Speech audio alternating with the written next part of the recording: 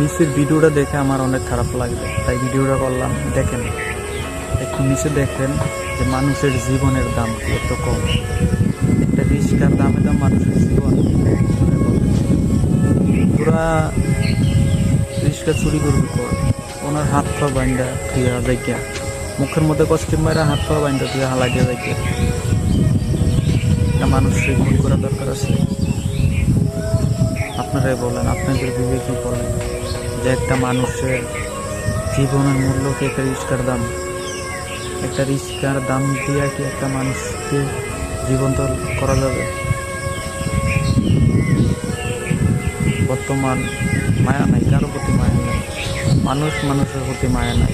একটা রিস্কার জন্য না 20,000 টাকা গেছে, এর বেশি তার বাঁচতে বেচতে পারবো না। 30,000 না 50,000 বেচতে 50,000 একটা মানুষ